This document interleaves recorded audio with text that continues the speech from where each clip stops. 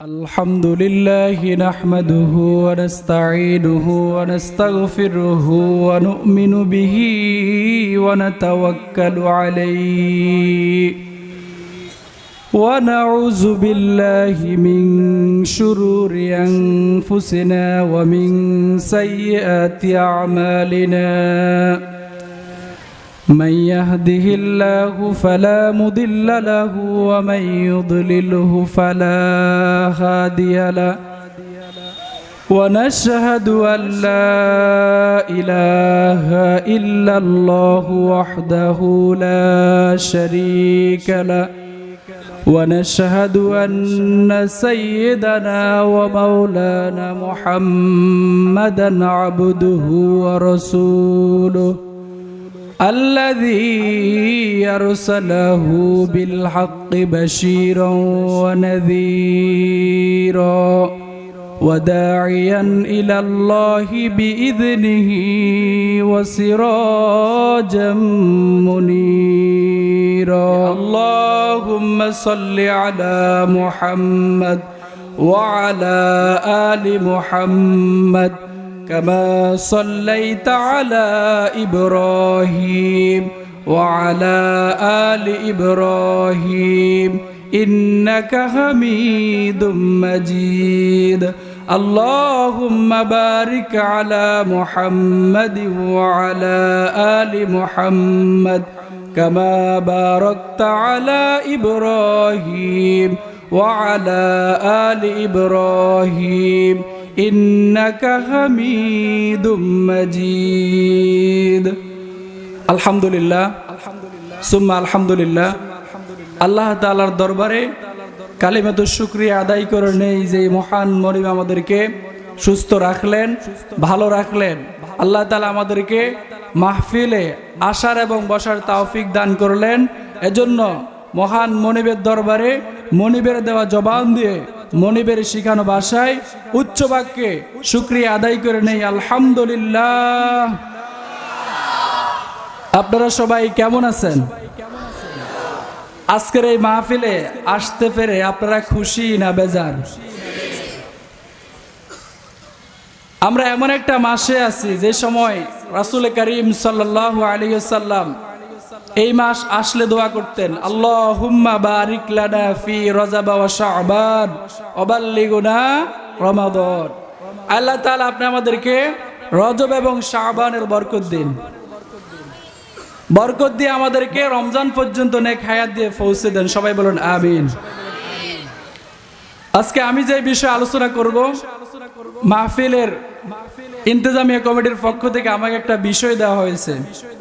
দুর্ভাগ্যজনক হলো সত্য যে বিষয় দেওয়া হয়েছে এই বিষয়ের আলোচনা বিশাল আলোচনা, কিন্তু আমাকে সময় দেওয়া হয়েছে খুবই কম। আল্লাহ তাআলা যদি তৌফিক দান করে কোরআন এবং হাদিস থেকে যতটুকু সম্ভব আপনাদেরকে এই বিষয়টা বোঝানোর চেষ্টা করব। সবাই বলুন আমিন। আমি কথাগুলো বলবো কোরআন থেকে, হাদিস থেকে। আমার কোরআনের কথা যদি আমার পীর সাহেবের বিরুদ্ধে যায়, পীরের কথা মানবো না কোরআনের কথা মানবো? আমার কোরআন বলে একরকম, আমার বাবা মা বলে আরেক রকম। কোরআন মানবো নাকি বাবা মা মানবো? আমার কোরআন বলে একরকম, আমাদের রাষ্ট্রপ্রধান বলে অন্যরকম। কার কথা মানবো? তাহলে যে ব্যক্তি আমাকে ঘৃণা করবে সে কাকে ঘৃণা করলো? আর যে ব্যক্তি কোরআনকে ঘৃণা করলো সে কাকে ঘৃণা করলো? আল্লাহ আমাদের সবাইকে এখান থেকে হেফাজত করুন। সবাই বলুন আমিন।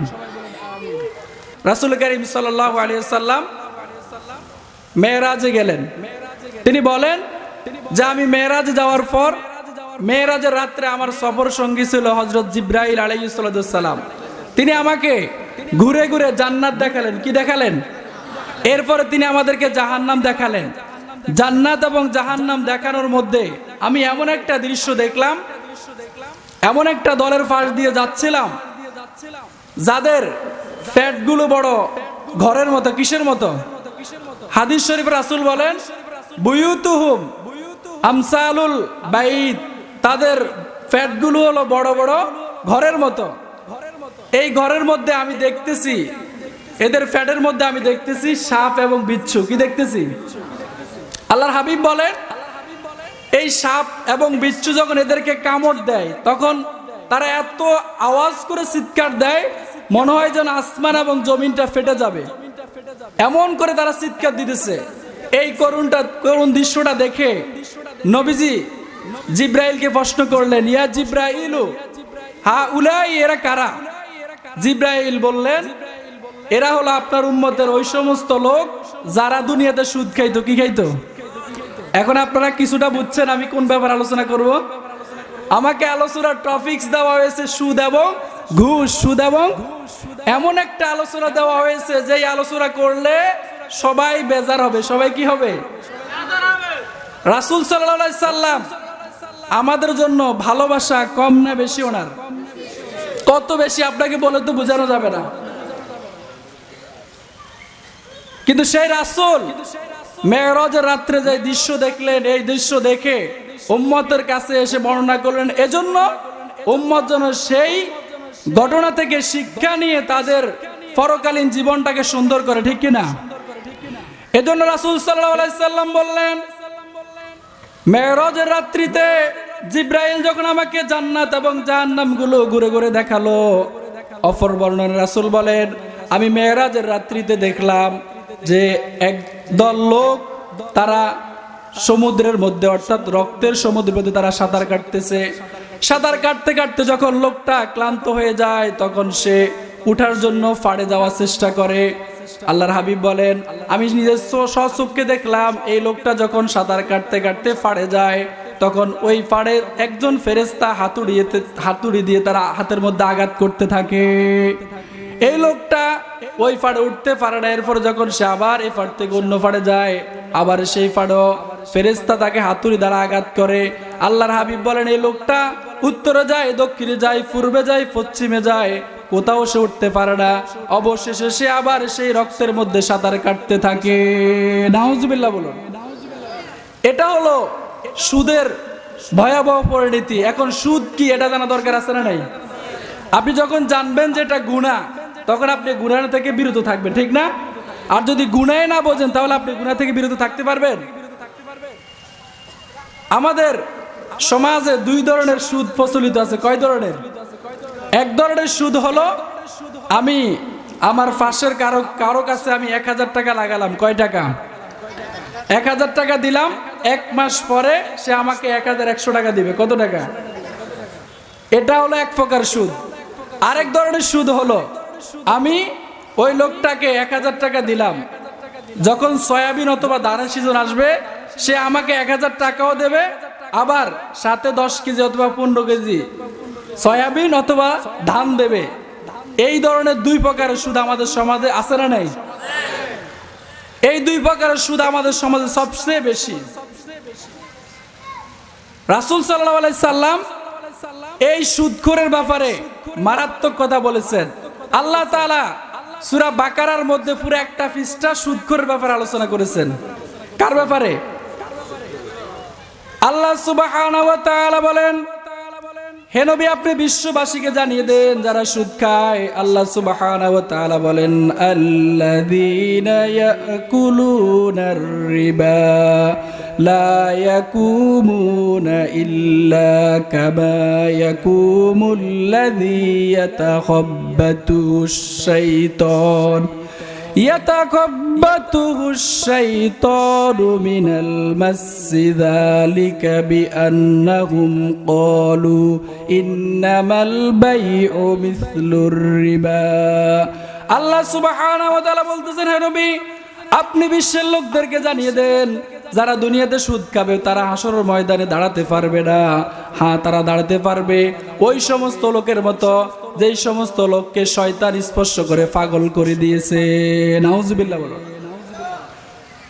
তাফসীর ইবনে কাসিরের তাফসীরে মারিফুল কোরআন, তাফসীরে মাজহারিতে প্রত্যেকজন তাফসীর কারক একই কথা বলেছে, সেটা হলো আল্লাযীনা লা ইয়াকুলুনার রিবা লা ইয়াকুমুনা, অর্থাৎ তারা দাঁড়াতে পারবে না।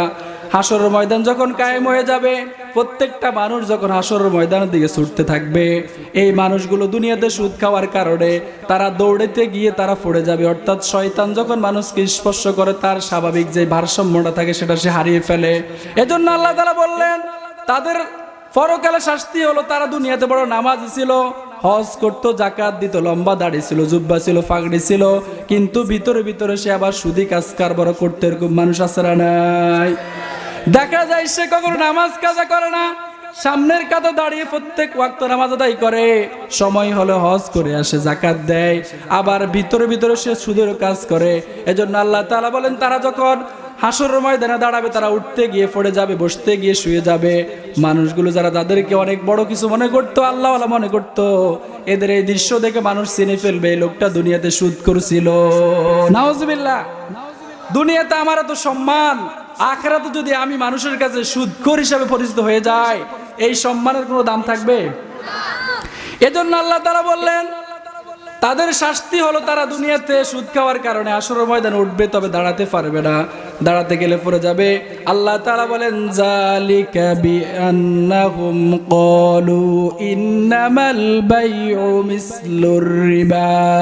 পরকালে তাদের এই অবস্থা হবে এজন্য, কারণ তারা দুনিয়াতে বলতো সুদটা তো বেচা কিনার মতো, বেচা কিনা করলে যেমন লাভ হয়, সুদের উপরে টাকা লাগালো তো ঠিক লাভ হয়, ঠিক কিনা? সুদের উপরে টাকা লাগে, লাভ হয় না লস হয়? কথা বলেন। আর ব্যবসা করলেও লাভ হয় না লস হয়? তবে ব্যবসা করলে লাভ লস উভয়টা হওয়ার আশঙ্কা আছে, সুদে কোনো লস নাই। সুদে কোনো লস আছে? সুদ হলো এমন একটা জিনিস যেটা করলে পরে যারা ধনী আছে এরা শুধু ধনী হতে থাকে, ঠিক না? আর যারা গরিব তারা কি হতে থাকে? গরিব হতে থাকে। একটা লোক যখন আপনার কাছ থেকে 10,000 টাকা সুদ দিল, কত হাজার টাকা? প্রত্যেক মাসে আপনি তাকে 1,000 টাকা করে সুদ দিতে হবে, ঠিক কিনা? এভাবে যখন আপনার 12টা মাস অতিক্রান্ত হয়ে যাবে, 12 মাস অতিক্রম হয়ে যাবে, তখন তার চালান ছিল 10,000 টাকা, আপনি তাকে লাভ দিতে হবে 12,000 টাকা। কত হাজার টাকা?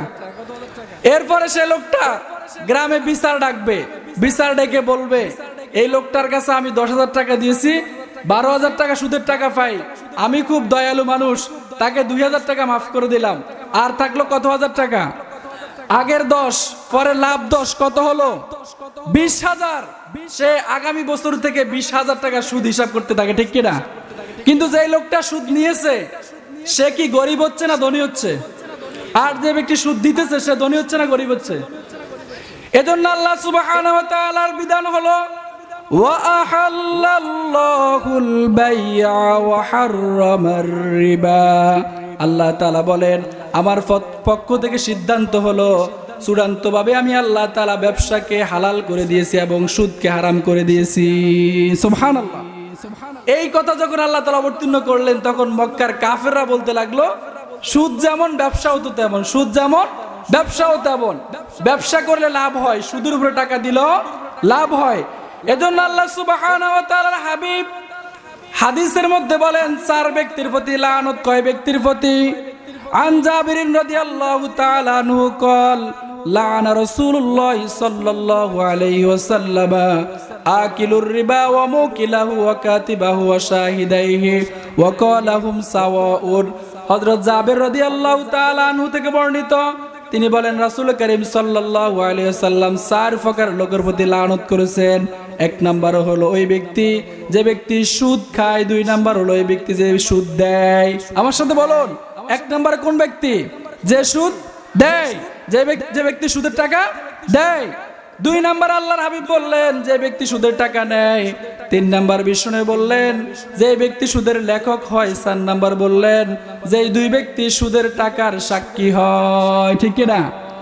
আপনি যখন ব্যাংক থেকে টাকা নিতে যান, তখন সাক্ষী স্যার আপনাকে টাকা দেবে? একটা লোক ব্যাংকে চাকরি করে, আপনার এই টাকাগুলো লেখে না? এজন্য রাসূল সাল্লাল্লাহু আলাইহি সাল্লাম 4 শ্রেণীর লোকের প্রতি লানত করলেন। 1 নাম্বার ওই ব্যক্তি যে সুদের টাকা দেয়।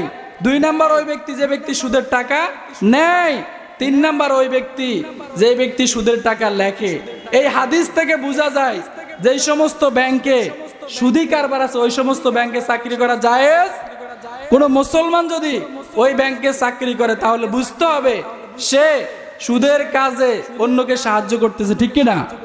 অথচ আল্লাহ সুবহানাহু ওয়া তাআলা বলেন, তাআওয়ানু আলাল বিররি ওয়াত তাকওয়া ওয়া লা তাআওয়ানু আলাল ইসমি ওয়াল উদওয়ান।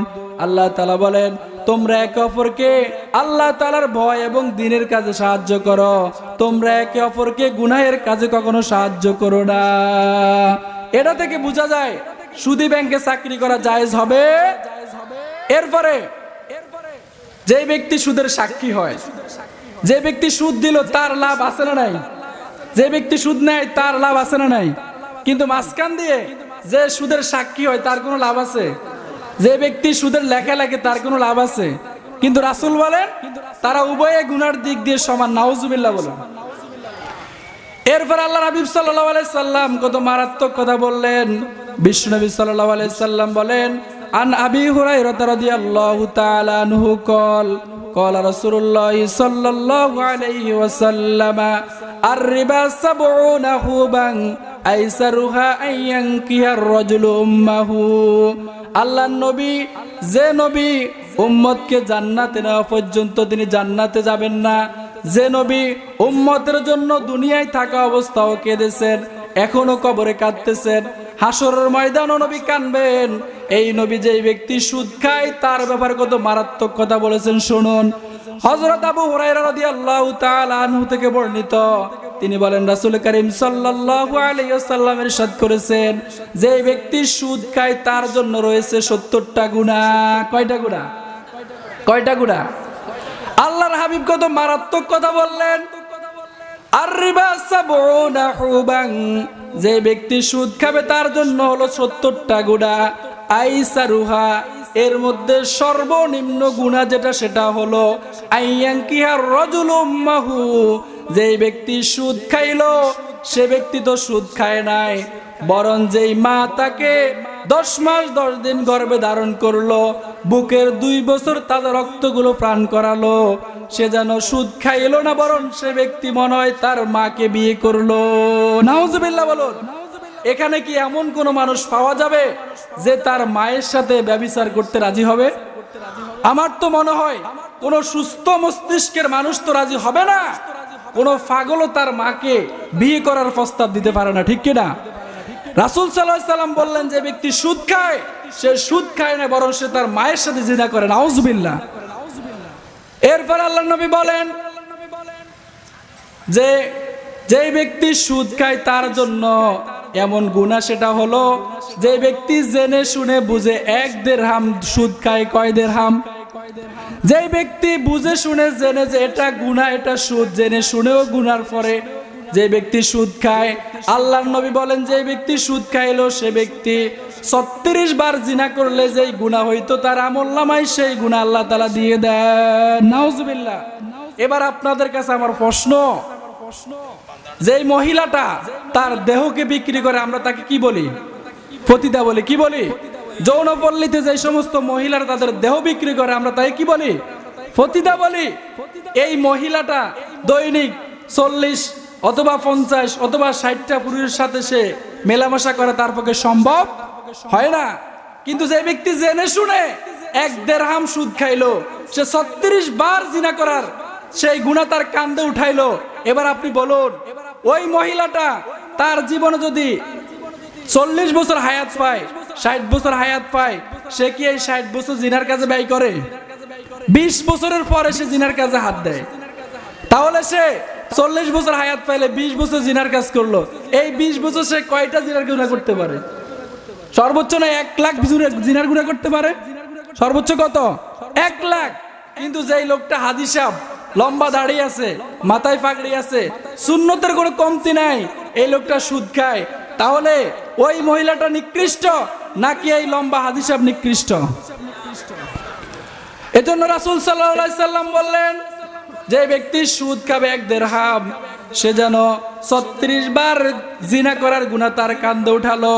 আল্লাহ সুবহানাহু ওয়া তাআলা এজন্য বান্দাকে অতি ভালোবেসে মহব্বত করে কোরআনুল কারীমের মধ্যে ওয়াজ করতেছেন। আল্লাহ তাআলা বলেন, ফামান জাআহু মাউইযাতুম মির রাব্বিহি, আল্লাহ তাআলা বলেন যেই ব্যক্তির কাছে তার রবের পক্ষ থেকে ওয়াজ আসলো, উপদেশ আসলো, নবীরা বলল, সাহাবীরা বলল, আলেম ওলামারা বলল, তাফসীরুল কোরআন মাহফিল করে বলা হলো যে এটা সুদ, এটা গুনাহ, এটা হারাম, এটা বলার পরে আল্লাহ তাআলা বলেন যেই ব্যক্তি ফান্তাহা ফালাহুমা সালাফ যে ব্যক্তি সুদের টাকা থেকে নিজেকে বাঁচিয়ে নিল, সুদের টাকা থেকে নিজেকে বিরত রাখলো, আল্লাহ সুবহানাহু ওয়া তাআলা বলেন আগে সে যেই গুনাহ করেছে এই গুনাহ আল্লাহ সুবহানাহু ওয়া তাআলা তাকে মাফ করে দেবেন। সুবহানাল্লাহ। আপনার কাছে ওয়াজ আসার পূর্বে আপনি যে সুদ খাইলেন এই সুদটা আপনি না জেনে না বুঝে খেয়েছেন, এজন্য আল্লাহ তাআলা বলেন আমি তোমাকে মাফ করে দেব। অপরদিকে আল্লাহ সুবহানাহু ওয়া তাআলা বলেন আমি তার কাছে আলেম ওলামাদের মাধ্যমে নবী রাসূলের মাধ্যমে ওয়াজ করার পরও যে ব্যক্তি সুদ খাবে আল্লাহ তাআলা বলেন ওয়া মান আদা ফাউলাইকা আসহাবুন নার আসহাবুন নারি হুম ফিহা খালিদুন। এত ওয়াজ করার পরও যে ব্যক্তি সুদ খাবে সেই ব্যক্তি হলো জাহান্নামের অধিবাসী। নাউজুবিল্লাহ বলুন। এই লোকটা জাহান্নামে একদিন নয় দুই দিন নয়, সে অনাদি অনন্ত কাল জাহান্নামের মধ্যে অবস্থান করতে থাকবে। যারা কাফের তারা যদি সুদ খায় তাহলে জাহান্নামে একদিন থাকবে দুই দিন থাকবে নাকি অনাদি অনন্ত কাল থাকবে। আর যে ব্যক্তি মুসলমান সেই ব্যক্তি যদি গুনাহ মনে করে সুদ খায় তাহলে সে গুনার সমপরিমাণ সময় জাহান্নামে থাকার পর আল্লাহ তাআলা তাকে জান্নাত দেবে। কিন্তু যদি সেই ব্যক্তি হাসি ঠাট্টা করে সুদ খায়, সে যদি সুদের গুনাহকে গুনাহ মনে না করে, এজন্য সে আল্লাহ তাআলার কোরআনের সাথে কুফরি করলো। কি করলো? কুফরি করলো। কুফরি করার কারণে সে মুশরিক হয়ে গেল।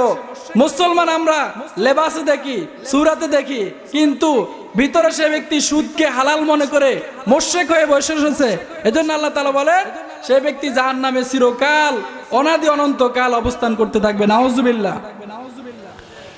এবার আপনাদের মধ্যে এমন কে আছেন যে আমি জাহান্নামে চিরকাল থাকতে পারবো? কেউ আছেন? যদি থাকেন হাত তুলে দেখেন তো। একজনও পারবেন জাহান্নামে থাকতে? জাহান্নামের কথা যখন রাসূল সাহাবীদের সামনে বর্ণনা করতেন তখন সাহাবীরা অটোমেটিক কেঁদে দিত। কি করত? মনে হয় যেন জাহান্নামের দৃশ্যটা তাদের চোখের সামনে ভাসতেছে। এখন দেখা যায় আমাদের প্রত্যেকটা ঘরে ঘরে সুদ আছে না নাই? সুদ নাই এমন কোন ঘর আর এখন খুঁজে পাওয়া যাবে না। বাংলাদেশে সুদ আসার জন্য প্রত্যেকটা ঘরে ঘরে সুদ ঢুকানোর জন্য যার অবদান সে হলো ডক্টর ইউনূস। কি নাম? জোরে বলেন। এই লোকটা বাংলাদেশের প্রত্যেকটা গ্রামগঞ্জে সুদের মতো একটা কুপ্রথা, আল্লাহর একটা গজব সে ঢুকিয়ে দিয়েছে এবং সে এই সুদ বাংলাদেশে আনার কারণে জাতিসংঘ আর কোনো মানুষ পায় নাই ডক্টর ইউনূসকে শান্তিতে নোবেল পুরস্কার দিছে কি দেন নাই? জাতিসংঘ মায়ানমারের প্রধানমন্ত্রী অং সান সুচি মাপলে হবে না 30 কেজি। 30 কেজি হবে? এই অং সান সুচি লক্ষ মুসলমানের রক্ত সে মায়ানমারে ঝরালো। আল্লাহ তাআলা বলেন যেই জমিনে আমার বান্দার রক্ত ঝরে ওই জমিনকে আমি ইসলামের জন্য কবুল করে নেই। কথা বলুন ঠিক কিনা? বাংলার জমিন ও ইসলাম ইনশাআল্লাহ কায়েম হবে, বেশি দিন আর বাকি। এজন্য জাতিসংঘ নাম দিয়েছে জাতিসংঘ, মুসলমান মেরে শেষ, জাতিসংঘের কোনো খোঁজ খবর নেই। এই জাতিসংঘ আপনার শান্তিতে নোবেল পুরস্কার দেওয়ার মতো আর কোনো লোক পেল না।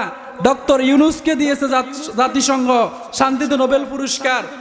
আজকে জাতিসংঘ দেখেন নিউজিল্যান্ডে একটা লোক, একটা খ্রিস্টান, সে 49 জন মুসলমানকে নামাজরত অবস্থায় গুলি করে সে হত্যা করেছে। বাংলাদেশ সহ বিশ্বের যত সবুজ মিডিয়া আছে একটা মিডিয়াও এই কথা বলে নাই যে জঙ্গি মামলা করছে। বলছে কেউ? তারা বলেছে লোকটা নাকি মানসিক ভারসাম্য হারিয়ে ফেলেছে। নাউজুবিল্লাহ বলুন। এটা জাতির জন্য কলঙ্ক যে এতগুলো মুসলমান হত্যা করা হলো, কোন মুসলমানের গায়ে একটু আঘাত লাগছে, আমাদের ভিতরে ব্যথাও নাই। অথচ রাসূল বলেছেন সারা পৃথিবীর সমস্ত মুসলমানরা হলো একটা দেহের মতো। কিসের মতো? একটা দেহের মতো। আপনার শরীরে যদি পায়ে ব্যথা হয় এই ব্যথাটা পুরো শরীর কি করে? অনুভব করে। ঠিক নিউজিল্যান্ডে যদি একজন মুসলমান কষ্ট করে, আপনার অন্তরে যদি তাদের জন্য টান সৃষ্টি না হয় বুঝতে হবে আপনার মধ্যে ঈমান নাই। আপনার মধ্যে কি নাই? ঈমান থাকলেও আপনার ঈমানটা মরে গেছে। এজন্য আল্লাহ সুবহানাহু ওয়া তাআলা বলেন আমার পক্ষ থেকে ওয়াজ আসার পরে যে ব্যক্তি সুদের টাকা ছেড়ে দেবে, আমি আল্লাহ তাআলা তার পিছনের সমস্ত গুনাহ মাফ করে দেব। আর যে ব্যক্তি ওয়াজ করার পরেও সে সুদ খায়, তাকে আমি চিরকাল জাহান্নামে দেব। এখন আপনি আমাকে বলেন যে হুজুর, এত ওয়াজ, বাংলাদেশে ওয়াজ কম হয়? প্রত্যেকটা জেলায় জেলায় ওয়াজ আছে না নাই? প্রত্যেকটা গ্রামে ওয়াজ আছে না নাই? প্রত্যেকটা মাদ্রাসায় ওয়াজ আছে না নাই? প্রত্যেকটা মসজিদে ওয়াজ আছে না নাই? কিন্তু সুদ কি বন্ধ হয়? আমি কেন, আমার চেয়ে ভালো বক্তা বাইতুল্লাহ শরীফের ইমাম আব্দুর রহমান সুদাইসকে এনে যদি এখানে সমস্ত মাইককে প্রত্যেকটা মানুষের কানে কানে ঢুকিয়ে যদি আপনি সুদের আলোচনা করেন, সুদ কি বন্ধ হবে? একমাত্র এই কোরআন যদি একটা জায়গায় যায় তাহলে সুদ বন্ধ হবে কি হবে না? সেই জায়গাটার নাম কি? সংসদে যদি এই কোরআন যায়, আজকে কোরআন ঢুকলো, কালকে সুদের টাকা নেওয়ার মতো লোক খুঁজে পাওয়া যাবে। এজন্য আমার ভাইরা, আমরা যতই ওয়াজ করি, এখান দিয়ে ওয়াজ শুনতেছি, ওখান দিয়ে ওয়াজ শেষ। কিন্তু ওয়াজ যদি সংসদে করা যেত, সংসদে যদি লোকটা দাঁড়িয়ে, একজন এমপি, একজন মন্ত্রী যদি দাঁড়িয়ে বলতেন যে মাননীয় স্পিকার, সুদ দিলে পরে গরিবরা শুধু গরিব হয়, ধনীরা শুধু ধনী হয়, আর সর্বোপরি কথা হলো আল্লাহ তাআলা সুদকে হারাম ঘোষণা করেছেন। যে ব্যক্তি সুদ দেয়, যে ব্যক্তি সুদ নেয়, যে সুদের সাক্ষী হয়, যে ব্যক্তি সুদের লেখালেখি করে, রাসূল তাদের প্রতি লানত করেছেন। সংসদে দাঁড়িয়ে যদি একজন মন্ত্রী এই কথা বলে, পরের দিন আইন পাস হবে কি হবে না? রাষ্ট্রীয়ভাবে যদি আইন করা হয়, এই লোকটাকে ওয়াজ করার পরও, আইন করার পরও সে সুদ থেকে বিরত হলো না, তাকে রাষ্ট্রীয়ভাবে শাস্তি দেওয়া হবে। তাহলে কেউ কি সুদের কথা বলা, সুদের টাকা নেওয়ার ব্যাপারে এমন একটা লোকও খুঁজে পাওয়া যাবে? এজন্য আমাদেরকে এই কোরআনকে কোথায় পাঠাতে হবে? আল্লাহ সুবহানাহু ওয়া তাআলা বললেন, তোমরা যারা সুদ খাও, তোমরা মনে করতেছো যে তোমাদের টাকা অনেক বেড়ে যায়, কিন্তু এটা তোমাদের ভুল ধারণা। আমি আল্লাহ তাআলা বলতেছি, ইয়ামহাকুল্লাহুর রিবা ওয়া ইউরবিস সাদাকাত। আল্লাহ তাআলা বলেন, আমি আল্লাহ সুদের টাকাকে ধ্বংস করে দেই, আর যাকাতের টাকাকে আমি আল্লাহ তাআলা বাড়িয়ে দেই। সুবহানাল্লাহ। তার কোটি কোটি টাকা আছে, অনেক কিছু আছে, ব্যাংক আছে, ব্যালেন্স আছে, ফাইজারও গাড়ি আছে, ব্যাংকে কোটি কোটি টাকা আছে, কিন্তু আল্লাহ তাআলা তার কাছ থেকে শান্তি নামক জিনিসটাকে ছিনিয়ে নিয়ে যায়। ঠিক কি না? যারা সুদ খায় দেখবেন এদের স্ত্রী তাদের কথা শোনে না, শোনে?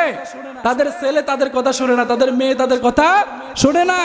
রাত্রে বেলা ঘুমাতে গেলে তাদের ঘুমও আসে না।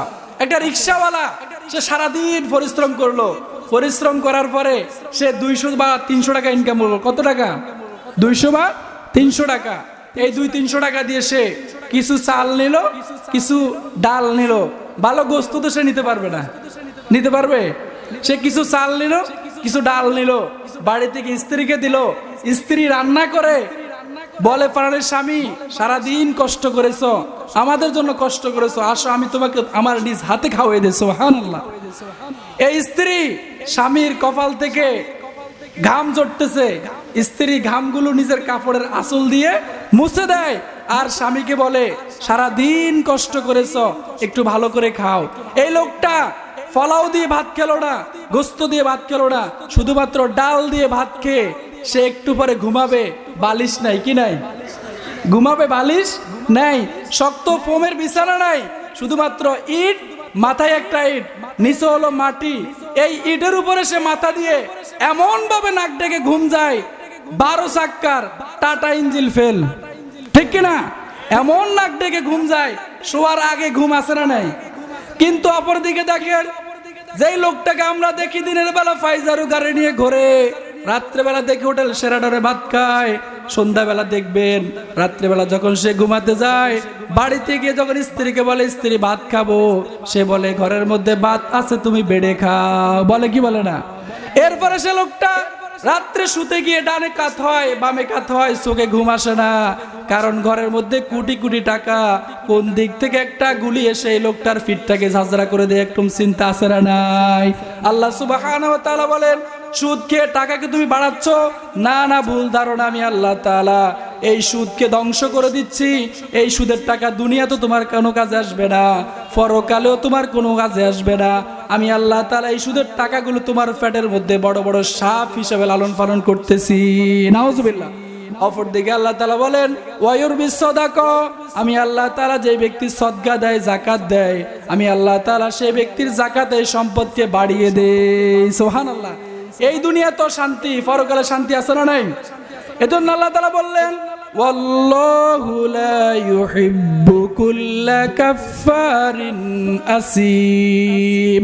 এভাবে যে ব্যক্তি সুদ খায়, আমি আল্লাহ তাআলার বিধানকে অস্বীকার করে, অশুকরিকারী বান্দা হয়, আল্লাহ সুবহানাহু ওয়া তাআলা বলেন এই সমস্ত বান্দাকে আমি আল্লাহ তাআলা ভালোবাসি না। নাউজুবিল্লাহ। যাকে আল্লাহ ভালোবাসে না তার ঠিকানা জান্নাত না জাহান্নাম। আমরা কি আমাদের আমল দিয়ে জান্নাতে যেতে পারবো? অসম্ভব। আপনার আমল যে কবুল হচ্ছে এটার গ্যারান্টি কি কেউ বলতে পারবে? আল্লাহ যদি দয়া করে মায়া করে তাহলে আমি কোথায় যাব? জান্নাতে। এটা ছাড়া জান্নাতে যাওয়া সম্ভব নয়। আমার আলোচনার বিষয় দিয়েছে দুইটা। কয়টা? সুদ, ঘুষ। ঘুষে যাইতে পারছি এখনো? এর আগে স্লিপ চলে আসছে। সর্বশেষ কথা বলতেছি, আল্লাহ সুবহানাহু ওয়া তাআলা কোরআনুল কারীমের মধ্যে বললেন যে সুদের অনেকগুলো স্টেপ আল্লাহ তাআলা দিয়েছেন ধাপে ধাপে। সর্বশেষ কথা আল্লাহ তাআলা বললেন তোমাদেরকে ওয়াজ করা হলো, বুঝানো হলো, এত কিছু করার পরে যদি তোমরা সুদের টাকা ছাড়তে না পারো, সুদের টাকার মায়া তোমাদের কেমন ভাবে ধরেছে, সুদের টাকা ছাড়তে পারবে না। আল্লাহ তাআলার পক্ষ থেকে চূড়ান্ত সিদ্ধান্ত বলবো আপনাদেরকে, বলবো। আল্লাহ সুবহানাহু ওয়া তাআলা বলেন সুদের ব্যাপারে এত ওয়াজ করা হলো, এত ওয়াজ করা হলো, এরপরও যদি সুদকে ছাড়তে না পারো, আল্লাহ তাআলা বলেন فَإِن لَّمْ تَفْعَلُوا فَأَذَنُوا بِحَرْبٍ مِّنَ اللَّهِ وَرَسُولِهِ। আল্লাহ তাআলা বলেন সুদের ওয়াজ করার পরেও যদি তুমি সুদ ছাড়তে না পারো, তাহলে আমি আল্লাহ এবং তার রাসূলের সাথে যুদ্ধ করার জন্য প্রস্তুতি নাও। নাউজুবিল্লাহ। সুদের ব্যাপারে হাদিসে বলেছে 70টা গুনাহ। কয়টা গুনাহ? এর মধ্যে সর্বনিম্ন গুনাহ হলো মায়ের সাথে ব্যভিচার করা, জিনা করা, মাকে বিবাহ করা। আর হাদিসের কিতাব ঘাটলে কোথাও বড় গুনাহ পাওয়া যায় না। আমার মনে হয় সুদের সবচেয়ে বড় গুনাহ হলো আল্লাহ এবং তার রাসূলের সাথে যুদ্ধ করা। নাউজুবিল্লাহ বলুন। এজন্য তাফসীর ইবনে কাসির সহ মারিফুল কোরআন, তাফসীর মাজহারির মধ্যে আল্লামা কাজী ফানিপতি রহমাতুল্লাহ আলাইহি বলেন হাশরের ময়দানে আল্লাহ তাআলা সুদখোরকে উঠানোর পরে আল্লাহ সুবহানাহু ওয়া তাআলা বলবেন দুনিয়াতে ওয়াজ করার পর সুদ ছাড়তে পারো নাই, আজকে হাশরের ময়দানে আমি আল্লাহ এবং আমার রাসূলের সাথে যুদ্ধ করার জন্য তুমি তোমার অস্ত্রকে নিয়ে আসো। নাউজুবিল্লাহ। আল্লাহ এবং তার রাসূলের সাথে করবে যুদ্ধ। এরকম মানুষ বিশ্বে এখনো জন্ম নিছে? ডোনাল্ড ট্রাম্প মনে পারবো নাকি? আমাদের প্রধানমন্ত্রী, আপনাদের মাহফিলের আজকে যিনি সভাপতি উনি? কেউ পারবে না। তাহলে সর্বসম্মতিক্রমে বোঝা গেল সুদ খাওয়া যাবে। আচ্ছা, আজকের আলোচনার পরে সুদ খাইবেন কারা কারা? হাত তুলে দেখান তো। আপনি খাইবেন? কেউ খাবেন না। আল্লাহ আমাদের সবাইকে সুদ থেকে, সুদের মতো ভয়াবহ এই আযাব থেকে আল্লাহ আমাদের সবাইকে হেফাজত করুন। সবাই বলুন আমিন। সবাই বলুন আমিন। যেই জাতি সুদ এবং জিনা তাদের মধ্যে বেড়ে যায়, আল্লাহ তাআলার আযাবের জন্য তারা তাদের নিজেদেরকে প্রস্তুত করে দেয়। নাউজুবিল্লাহ। আমাদের বাংলাদেশে ইদানিং আগুন আছে না নাই? সুরিহাট্টায় আগুন লেগেছে, এফআর টাওয়ার আগুন লেগেছে, বনানীতে আগুন লেগেছে। এর মূল কারণ হলো সুদ। মূল কারণ কি? আপনি একটা বিল্ডিং করতে যাবেন, যদি বিল্ডিং করতে টাকা লাগে, সুদের উপরে টাকা নেওয়া ছাড়া কোনো উপায়।